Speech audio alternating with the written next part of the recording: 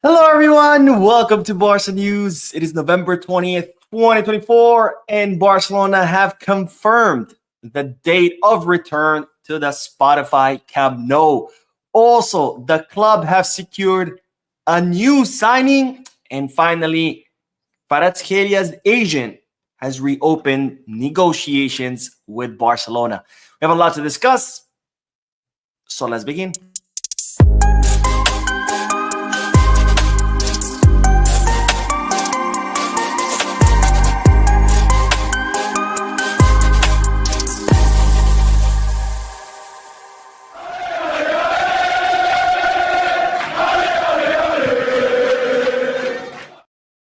Hello, everyone. Welcome to the channel. My name is Mo. This is the Barca News live podcast where we share Barcelona news or where we talk about Barcelona news, but where I also get to interact with you lovely people in the chat section by reading your comments, answering your questions, and getting the discussion going. And of course, the podcasts are on Mondays, Wednesdays, and Fridays, usually 6:30 p.m. Eastern Standard Time.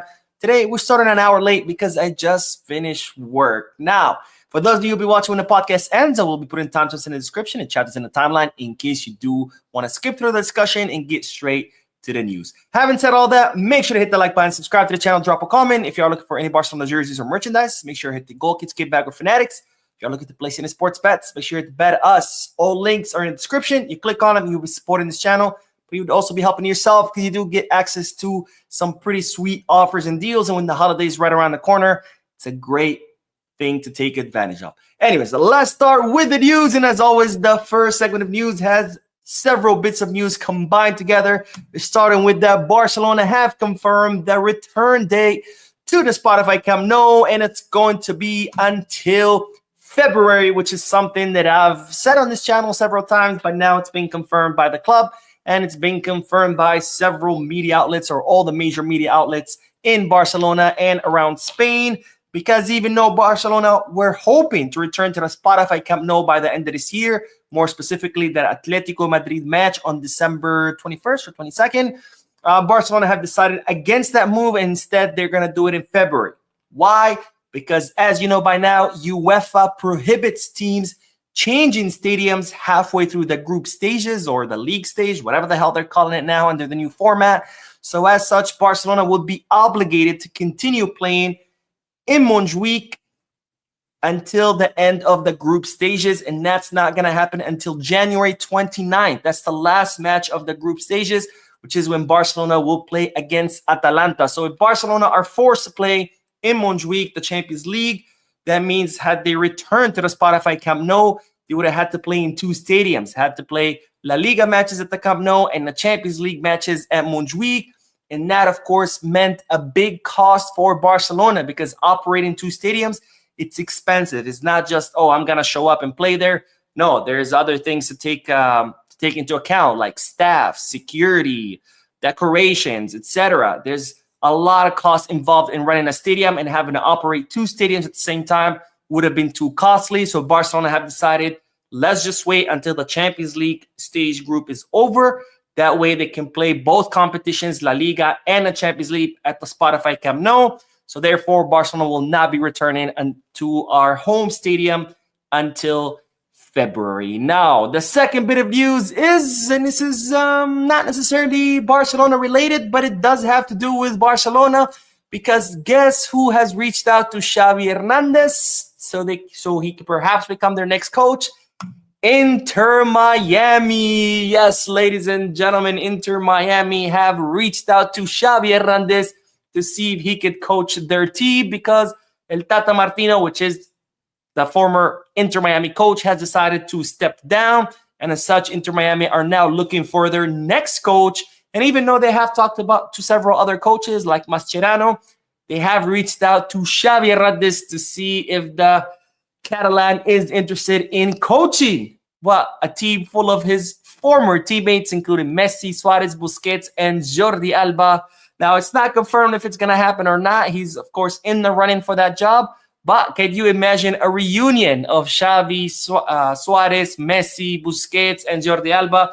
I think it'll be a pretty cool thing to watch. The only one we're missing here is Iniesta. So who knows? Maybe Inter Miami can hire Iniesta as an assistant coach or something. After all, it looks like they are building kind of like a retired version of the best Barcelona in the history of the club.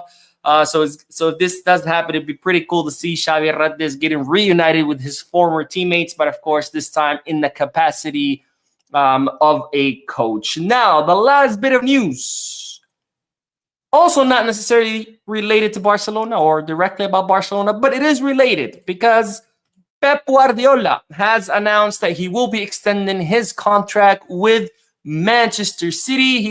His contract was set to expire at the end of the season. However, now the former Barcelona coach, the former Barcelona player, the Barcelona legend, Pep Guardiola has decided to extend his contract with Manchester City until 2027, which means that by the time his new contract expires, he would have been at the helm of Manchester City for 10 years. And we only had him for 4 at Barcelona, which still this day, I think it's one of the biggest failures of Barcelona was to maintain Pep Guardiola, because I honestly think he could have been like a dynastic coach, kind of like Sir Alex Ferguson with Manchester United. I think I would have loved to see something like that with Pep Guardiola, where he could have spent, 10, 20 years at the helm of Barcelona. But unfortunately, you guys know exactly what happened with the new president, Sandro Rosé. He didn't want anyone left at the club that was linked to Joan Laporta. So as such, he did everything in his power to push Pep Guardiola at the club. He succeeded, of course.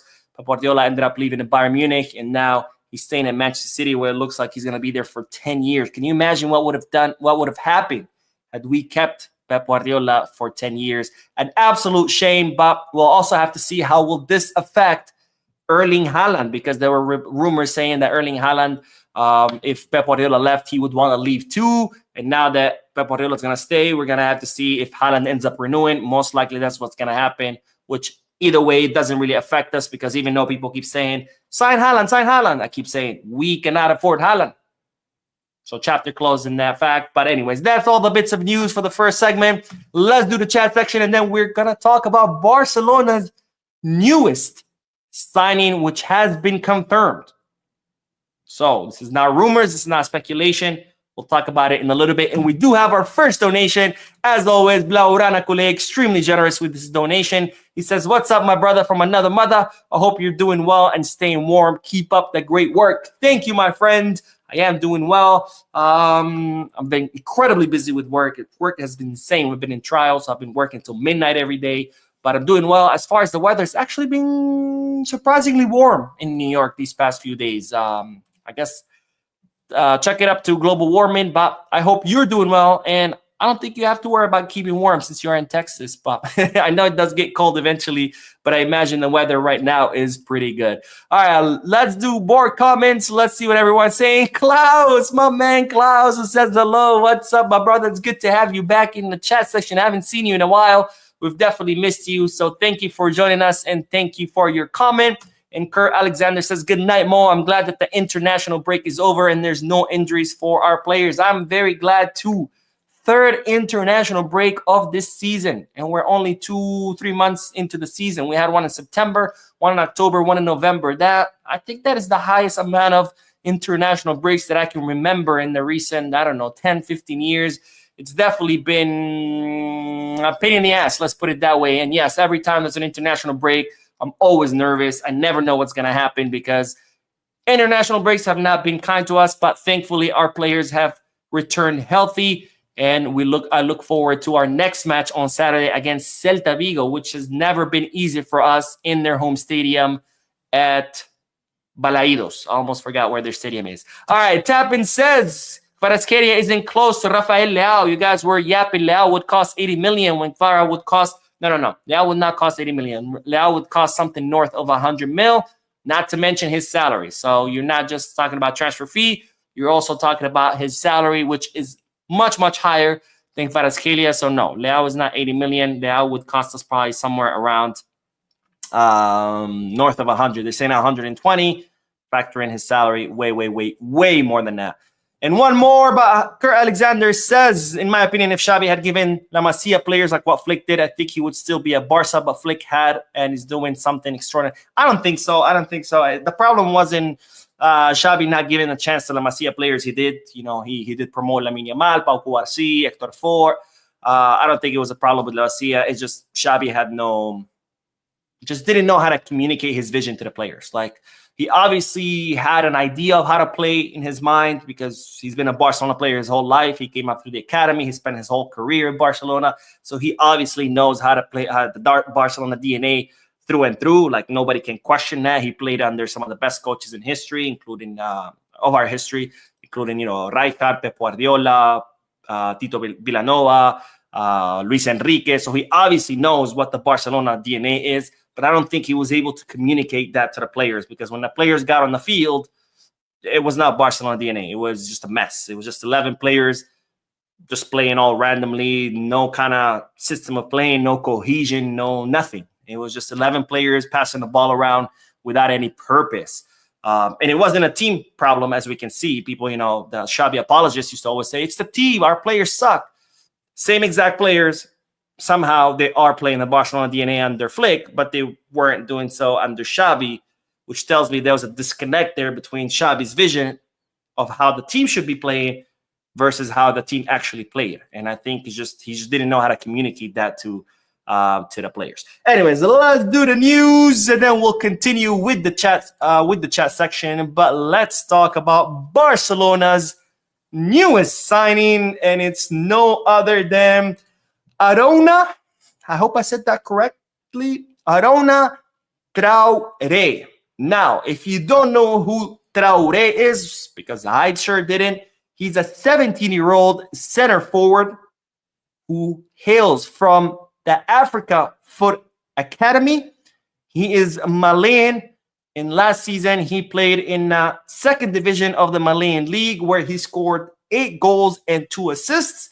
And he's considered as a young, promising talent to come out of the Africa Foot Academy, which, as you know by now, Barcelona have a special agreement with that academy, where Barcelona fund the academy, or partly fund the academy. They give money to the academy, and in exchange, they get first pick on their most talented players. Now, Africa Foot Academy has been, academy known to produce some pretty great talents, including Ibrahim Diarra. And now it looks like Barcelona have signed Arona Traoré. If anyone knows how to say that correctly, let me know in the chat section. I know there's a lot of fans actually from Mali.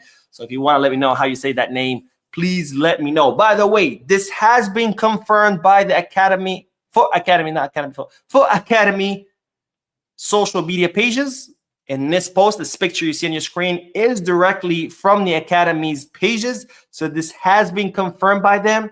So this is now rumors. This is not speculation. This is the real deal. Of Barcelona have signed this youngster. Now, of course, Barcelona are not going to make this announcement official yet, because, as I mentioned a few moments ago, he's only 17 years old. And as you know, when you sign players from outside of Europe, they have to be 18 years old when they come to Barcelona. So once he turns 18, that agreement will become official. Barcelona will make the official announcement, and he will officially come to Barcelona and join the club. I'm guessing it's going to be Barca Athletic. I don't think it's going to be the first team yet, because, of course, Ibrahim Diarra is not even joining the first team. So I don't think Arona Traoré will be a first-team signing. But nonetheless, the news is that Barcelona have secured yet another promising young African player. And, of course, this is all part of their efforts to increase Barcelona's scouting in Africa.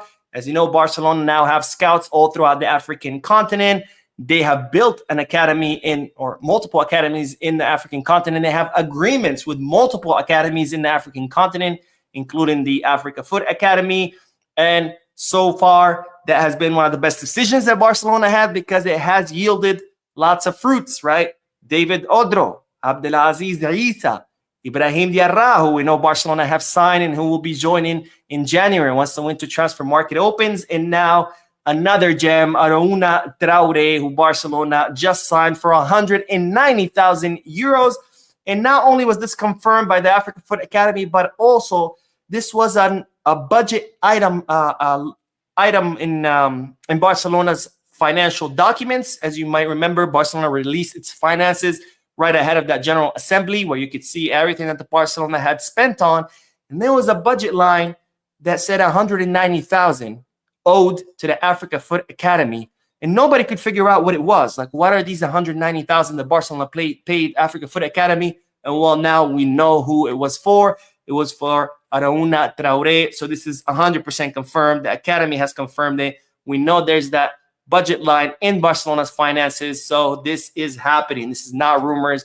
This is not speculation. Barcelona have secured yet another young, promising African talent. All right, let's go back to the chat section, and then we will talk about Kvaratskhelia, Kvaratskhelia, because his agent has reopened negotiations with Barcelona. Antonio Gomez says, can Barca now register new players? Not yet.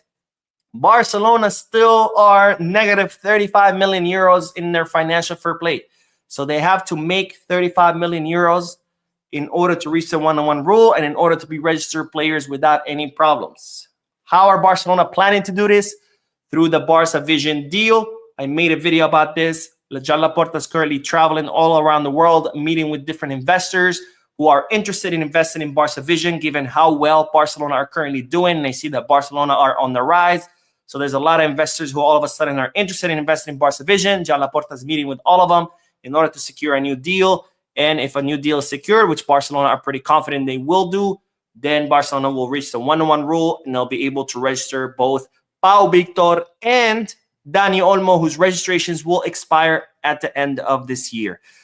Let's see. James says the opposition force at Barca never get enough curses for their ousting of Guardiola. Unthinkable letting the world's greatest football coach walk. Absolutely 100% agree with you. Can you imagine being so petty that you're willing to push out the greatest coach in the history of your club? Because by then, Pep Guardiola had proved that, right? By then, Pep Guardiola had won a sextuple. Like, it's not like he had just arrived and you don't know whether he's good or not good, and then you push him out and who cares? No. They already knew he was the greatest coach. He had already proven himself. So imagine being so petty that you push the greatest coach in your history out of the club just because you don't want anyone linked to your predecessor.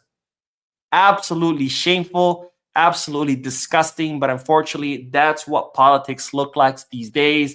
It doesn't matter if the opposing party comes up with the greatest solution that would solve every single world problem.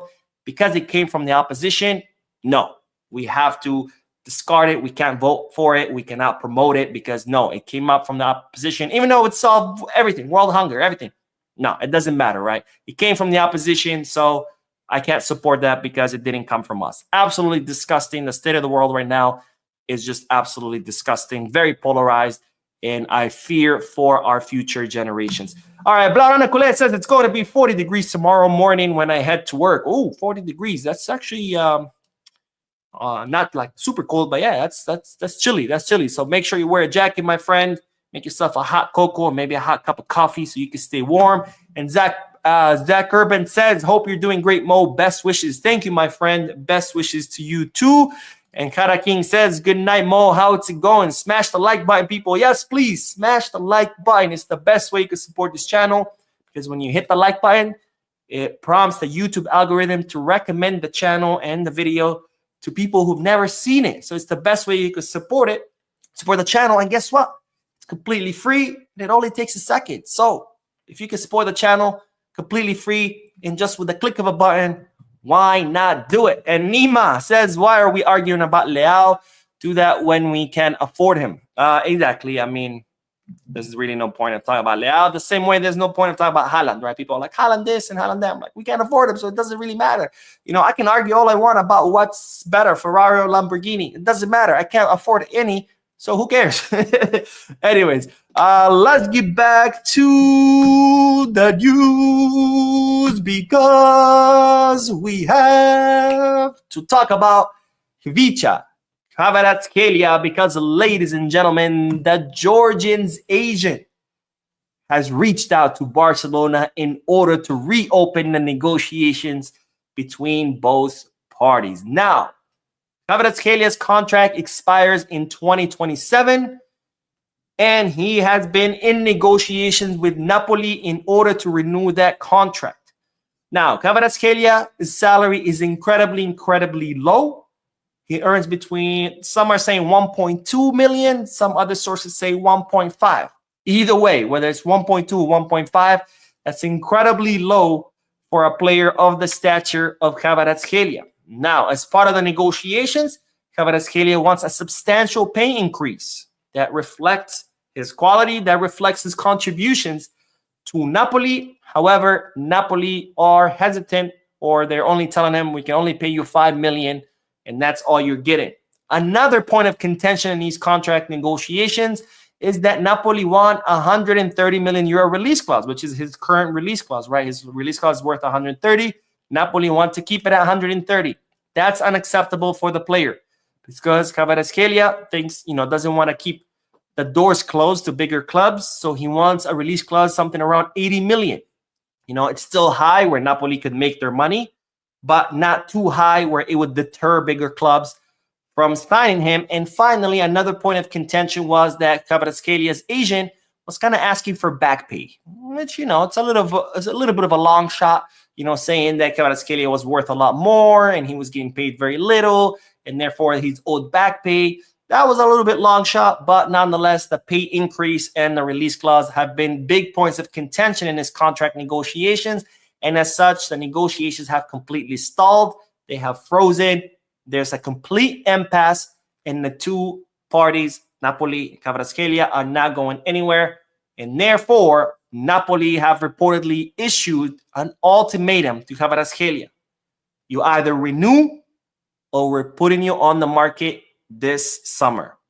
I don't know how much of an ultimatum that could be because, if I'm a player at Napoli and I know clubs like Barcelona, like every big Premier League club want me, and Napoli tell me, hey, you either renew or we're selling you. I'm like, sell me, please. But anyways, that's what's happened. So as a result of the impasse, as a result of this ultimatum, Kvaratskelia's agent has started to make moves. And one of the moves he's made, he has picked up the phone, called Barcelona and said, what's up, guys? Still interested? Of course, Barcelona kind of tried to reach out or to negotiate in the summer. They reached out to the agent. The price was too high, so they were like, never mind. So now the agent has called back and said, hey, you guys still interested? Because there's a big possibility Kvaratskhelia is leaving during this summer transfer market. Now, Barcelona, still very interested. Barcelona think Kvaratskhelia would be a great option for the left wing, which, as I told you in previous videos, number one priority for this summer is the left wing.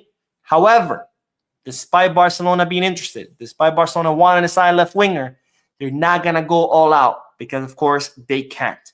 So if Napoli put Kvaratskhelia on the market for a reasonable price, 70, 75, maybe 80 million, Barcelona would enter the race. But if Napoli start asking for 100, 120, something crazy, Barcelona are out. They're not going to throw the club out the window just to sign one player, which, of course, is the right decision. We're still recovering financially. The last thing you want to do is, bam, sign a big check, and now you're back to square one.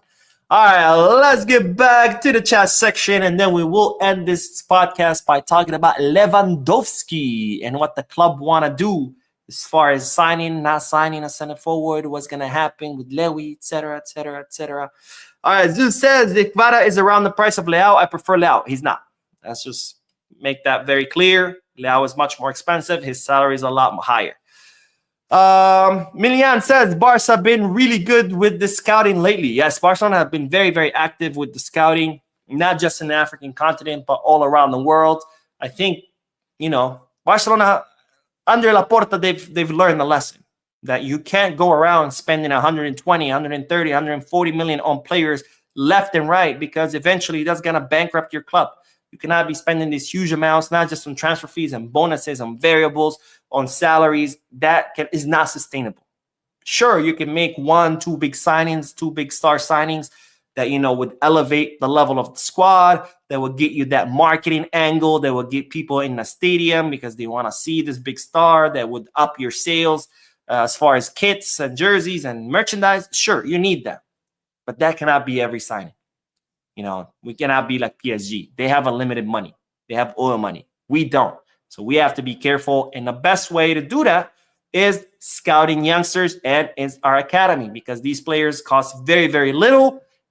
Their salaries are very, very little. I mean, we just signed Traoré for 190,000. I mean, that doesn't even cover dinner plans if you want to take out Leao to dinner so you can convince him to come, and guess what? If they don't work out, that's fine, because you just spend 190,000. Who cares? If he doesn't work out, he doesn't work out. You can still sell him. They're young.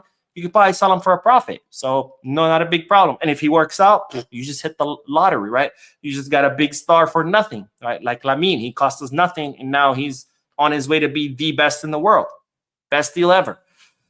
All right, let's see. Victor says, guys, hit the like button. Let's make some noise. Yes, please hit the like button.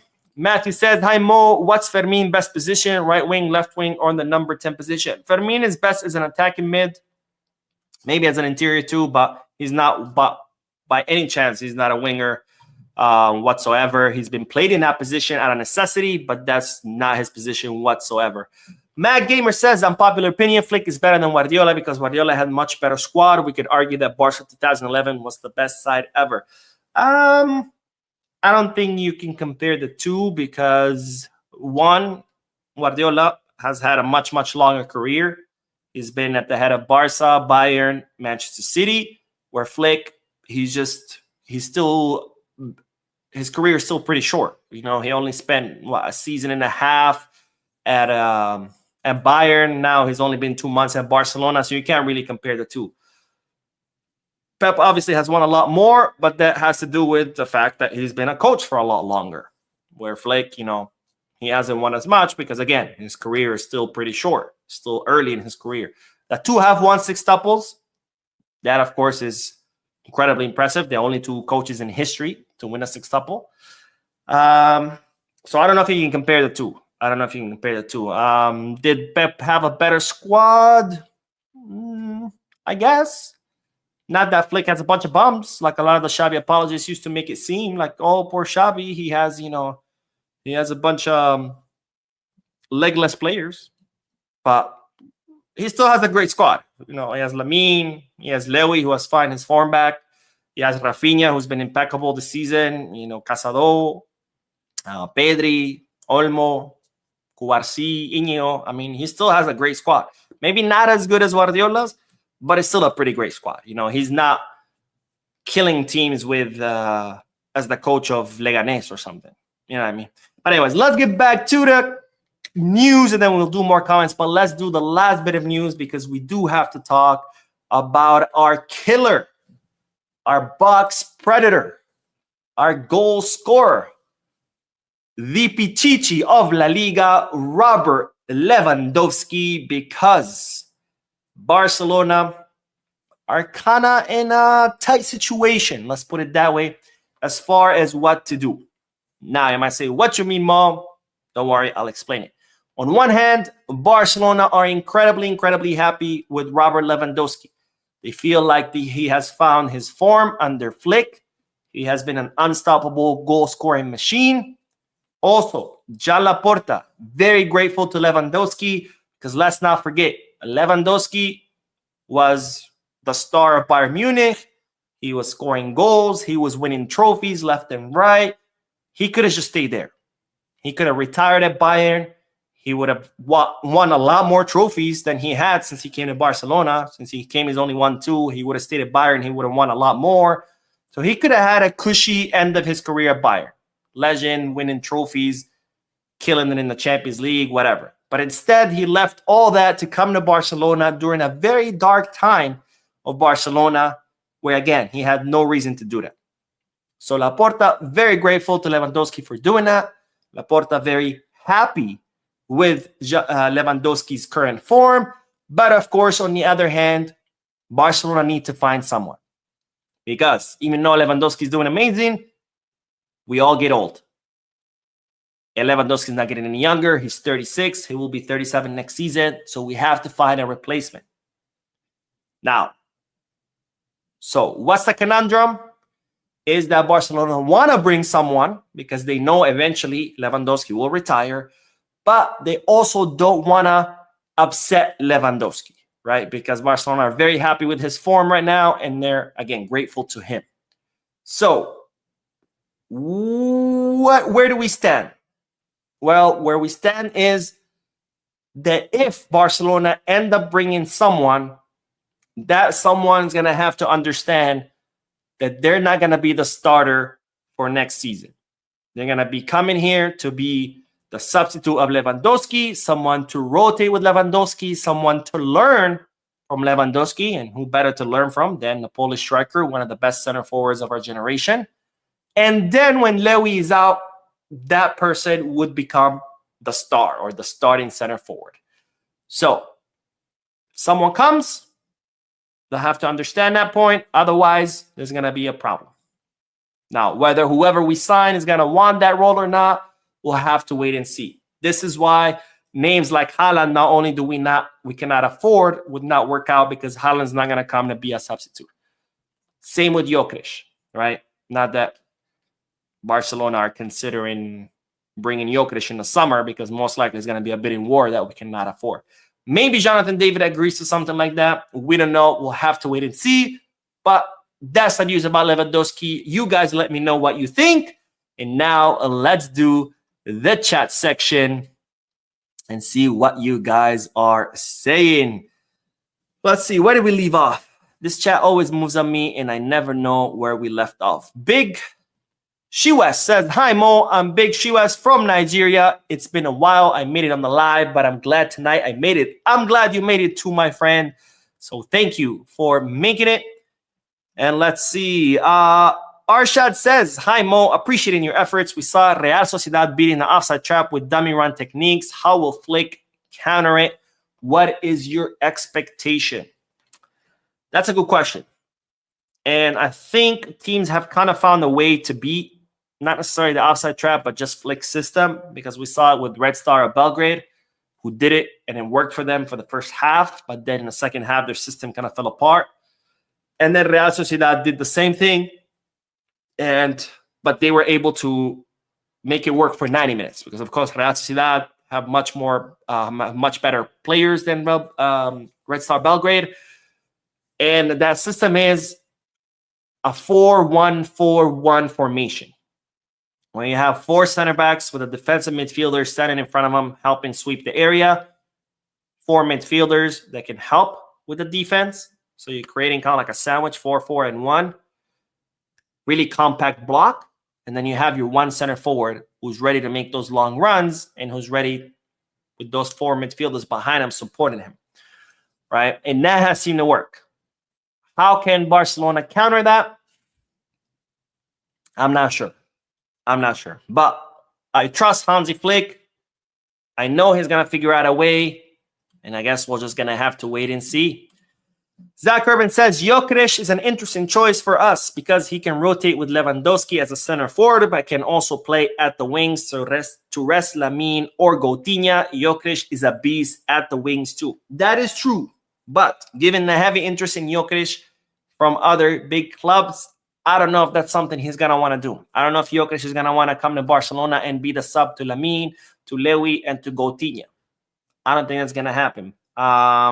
Plus, Jokic has said it. He prefers the Premier League because he spent many years there in England, and he feels like he never really got his shot at proving himself at the best league in the world because, let's be honest, the Premier League is the best league in the world. So he feels like he still has that itch, right, of proving himself there. So he prefers the Premier. So I don't think Jokic is going to happen. I just don't see it happening. Richard says, Mo, how would you handle the Lewa striker situation? I think we need to think about the future. We need to bring someone young with lots of promise that can compete with Lewy. And next season, bring that player, have him learn under Lewy, who's better than to learn from than Lewy himself. And then maybe towards the end of next season, start giving that new guy more and more minutes. And then probably by the last season, because they're talking about Barcelona renewing Lewy for 2 more seasons, so until 2026, then the last season have the new guy be the starter with Lewy his sub. That's how I would do it, because whoever comes is going to take them some time to adapt. And while that's happening, Lewy can remain our center forward. That's also going to help Lewy improve because he's going to feel like he has competition right there breathing down his neck. And then eventually put the other guy as a starter and have Lewy rotate with him because, of course, Lewy's only going to keep getting slower, get tired faster. Not because he sucks or something. It's just age catches up with us all. We like to say age is nothing but a number, but it's not. As if any of you watched that circus that they called a fight between Tyson and whoever the hell his name is, blonde guy, I forget his name. I mean, you could see age is not just a number. Age is a real thing. Age is a motherfucker, and age catches up with all of us. All right, Fabrice says, hi, Mo. Sorry, just joining the podcast now, but don't know if you have information on the rumor about Barcelona completing signing 2 new gems from Africa. Yes, I already talked about it. Check it out at the beginning of the podcast. Of course, I will be putting timestamps, so if you want, you can just click on a timestamp. One of them is Ibrahim Diarra, by the way, who we already knew. So a lot of these outlets are like, oh, breaking news, Ibrahim Diarra. I've been saying it since the summer that Barcelona signed him. Mike Valencia says Jonathan David is the best striker option considering free agent, plus he shows promise. I will talk about Jonathan David in the next video, so stay tuned to the channel because there is an update about the Canadian center forward. All right, that is all the news for this podcast. Thank you guys so much for tuning in, for your likes, your subscriptions, your comments, your donations. If you haven't done so yet, make sure to hit the like button, subscribe to the channel, drop a comment. I will see you in the next video because, yes, there is more videos. Barcelona is always keeping us all busy. Have a good night. Or I guess not yet since I'm seeing you in another video. But as always, peace, guys.